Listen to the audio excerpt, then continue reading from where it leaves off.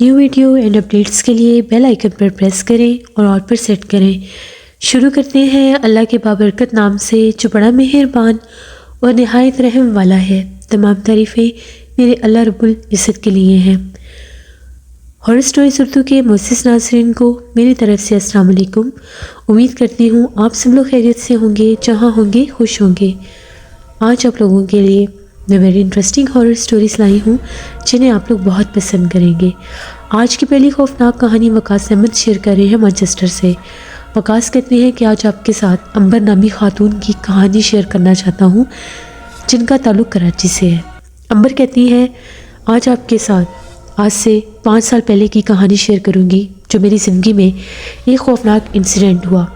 मैंने एक private college join किया, वहाँ पर एज ए सुपरवाइज़र मैं काम करती थी और मेरे अंडर कुछ स्टाफ था जिनके ऑल वर्क को मुझे सुपरवाइज़ करना होता था।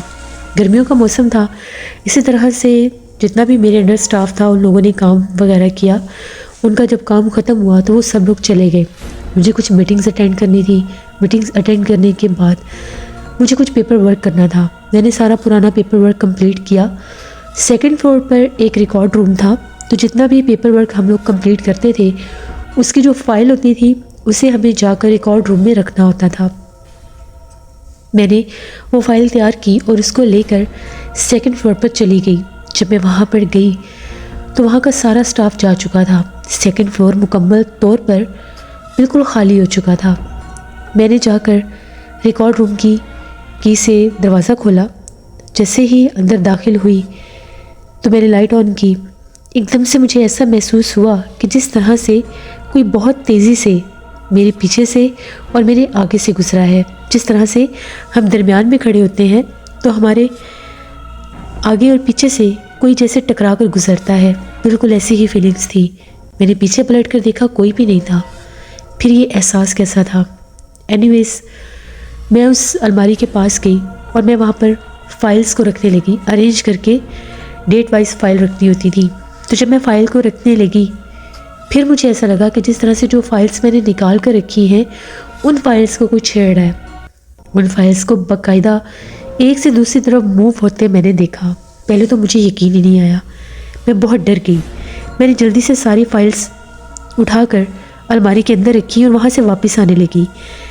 जैसे मैंने फाइल्स अंदर रखी एकदम से ऐसा लगा कि जिस तरह से खुद ब खुद अलमारी का दरवाज़ा खुल गया हो। मैं तेज़ी से दरवाजे के पास आई तो एकदम से मुझे आवाज़ आई एक कोने से। मैंने पीछे पलट कर देखा तो वहाँ पर रिकॉर्ड रूम के एक कॉर्नर में एक पुराना डेस्क रखा हुआ था और उधर एक पुरानी चेयर में पड़ी हुई थी। वहाँ पर मैंने बाकायदा एक वजूद को बैठे देखा। देखने में वो कोई औरत लग रही थी। बहुत लंबे बाल थे, बिल्कुल सामने थी मेरे। पाँव भी उल्टे थे और हाथ भी उल्टे थे। बहुत लंबे दांत और खौफनाक आंखें। मैंने अपनी आंखों से उसको पलक चिपकते देखा। मैं इतनी खौफज़दा हुई कि मैंने जल्दी से दरवाज़ा बंद किया। वो लॉक हो गया। मैं भागी नीचे गार्ड्स के पास। मैंने गार्ड्स को आके सारी बात बताई। उन लोगों को लगा कि शायद मेरा वहम है। वो भागते हुए ऊपर आए। उन्होंने पूरा रिकॉर्ड रूम चेक किया, वहाँ पर कुछ भी नहीं था।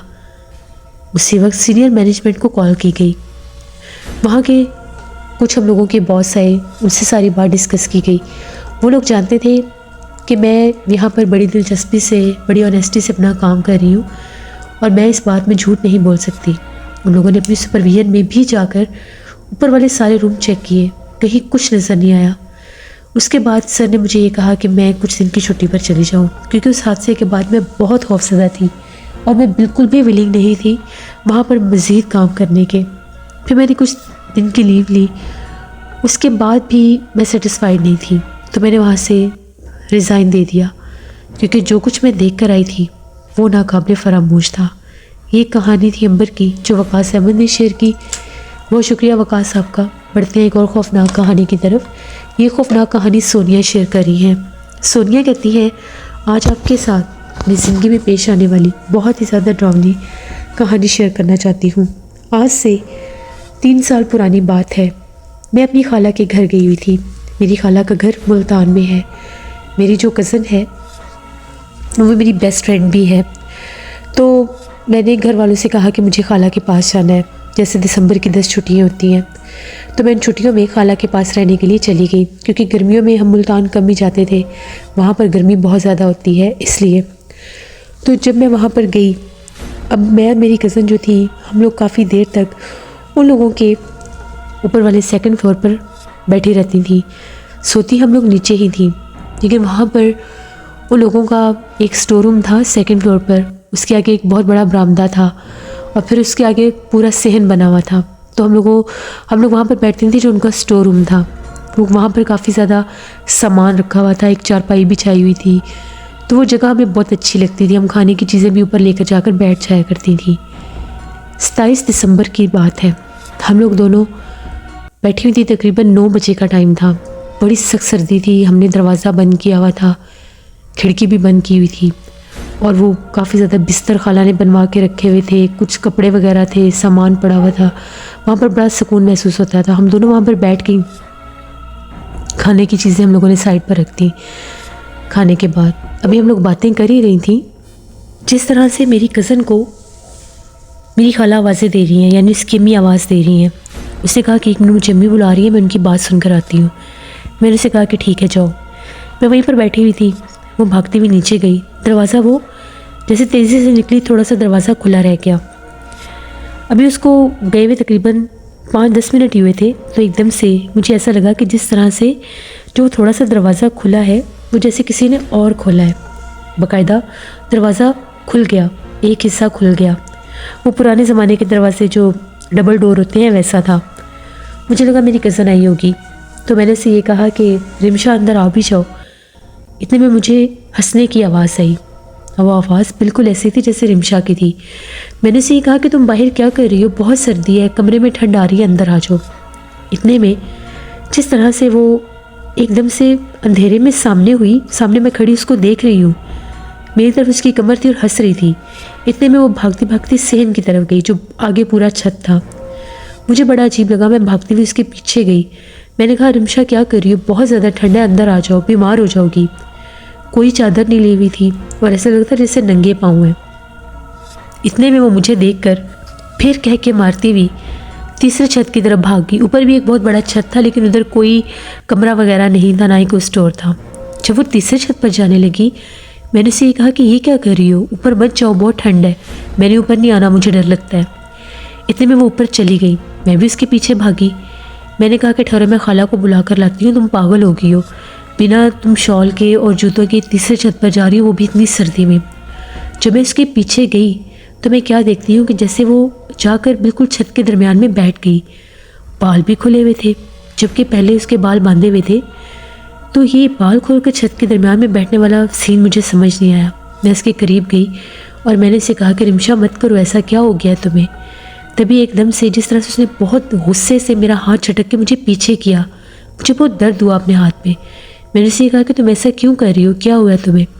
अभी मैं ऐसा उससे बात कर ही रही थी, एकदम से वो खड़ी हुई और जाकर सामने दीवार पर अभी भी कमर करके मेरी तरफ खड़ी थी। मैंने उसे कहा कि ठीक है, मैं नीचे जा रही हूँ, तुम्हें जो करना है करो, मैं खाला के पास जा रही हूँ। ये कहकर मैं सीढ़ियों में आई तो एकदम से वो फिर खौफनाक कह के मैं हंसी। बहुत डरावनी आवाज़ थी, वो मेरी कज़न की आवाज़ नहीं थी। जो ही मैंने पीछे पलट कर देखा तो शक्ल उसकी बिल्कुल मेरी कज़न जैसी थी, आंखें बिल्कुल सफ़ेद थी। एकदम से वो गायब हो गई। बस ये मंजर देखने की देर थी, मैं चीखें मारती हुई कैसे नीचे भागी, 2-2 सीढ़ियाँ 3-3 सीढ़ियाँ करती। जब मैं नीचे आई तो रिमशा फर्स्ट फ्लोर से ऊपर आ रही थी। उसने जब मुझे भागते देखा, वो उसको लगा कि शायद पता नहीं मुझे क्या हुआ है, मैंने कोई बिल्ली वगैरह को कमरे में आ गई है, कोई चीज़ छिपकली आ गई है। उसने कहा कि क्या हो गया सोनिया, बात सुनो मेरी। मैं बहुत खौफजदा थी, मैं भागी नीचे खाला के पास, मैंने रोना शुरू कर दिया। मैंने कहा मुझे अभी घर जाना है। खाला ने कहा क्या हो गया, पहले पूरी बात बताओ। मैंने ये कहा कि मैंने रिमशा के रूप में ऊपर किसी को देखा है, वो बिल्कुल रिमशा जैसी ही थी, लेकिन वो बहुत ज़्यादा डरावनी थी। उसकी सफ़ेद आंखें थी और वो मुझे तीसरे छत पर ले गई। मैं उसके पीछे तीसरे छत पर गई थी और वो गायब हो गई। खाला बहुत ज़्यादा डर गई, मुझे इतना शदीद बुखार हो गया। रिमशा भी बहुत ज़्यादा डर गई। खाला और रिमशा ही ऊपर से दरवाजे बंद करके आई थी। उसके बाद अगले दिन खाला के महल्ले में ही एक मदरसा था, वहाँ पर मुझे लेकर गए। तो वहाँ पर जो आंटी थी जो कुरान पाक का दर्स देती थी, उन्होंने दम किया और ये कहा कि आपके घर के आसपास कोई दरख्त है जो आज सेबज़दा है, वहाँ पर जिन्नात का बसेरा है। बाज़ औक़ात ये जिन्नात अक्सर शरारत के तौर पर किसी जगह से गुज़र रहे हों तो इंसान को अपना आप ज़ाहिर करते हैं। तो शायद ये वही कोई मखलूक थी, क्योंकि इस लड़की पर किसी का साया नहीं है। अगर साया होता तो वो मखलूक इसको रात भर डराती। उन्होंने मुझे दम किया, उसके बाद मैं नॉर्मल हो गई, लेकिन कभी भी हम लोग दोबारा उनके उस स्टोर रूम की तरफ नहीं गए। अक्सर इमशा से मेरी बात आज भी होती है, वो लोग इसी घर में रहते हैं। तो वो कहती है कि सर्दियों के मौसम में अक्सर छत से किसी के चलने की आवाज़ें आती हैं। बाकायदा ऐसा भी लगता है जैसे छत पर रखी हुई चारपाई को भी कोई घसीटता है, लेकिन हम लोग कभी भी ऊपर जाकर नहीं देखते। ये एक स्टोरी थी मेरी जिसे मैं कभी भी फरामोश नहीं कर सकती। बहुत शुक्रिया सोनिया आपका। वैसे ये थी आज की खौफनाक कहानी। अपना फीडबैक मुझे ज़रूर दें, आप लोगों को कैसी लगी। आप लोग भी अपनी हॉरर स्टोरीज़ शेयर कर सकते हैं डिस्क्रिप्शन बॉक्स में दिए गए ईमेल आईडी nusheermir57@gmail.com पर। इसके अलावा आप लोग मुझे कमेंट बॉक्स में भी स्टोरी शेयर कर सकते हैं। अपना बहुत सा ख्याल रखिएगा, अपनी ढेरों दुआओं में मुझे, मेरी फैमिली, मेरे पूरे पाकिस्तान को याद रखिएगा। Thank you for listening my stories. Stay blessed. Allah निगहबान।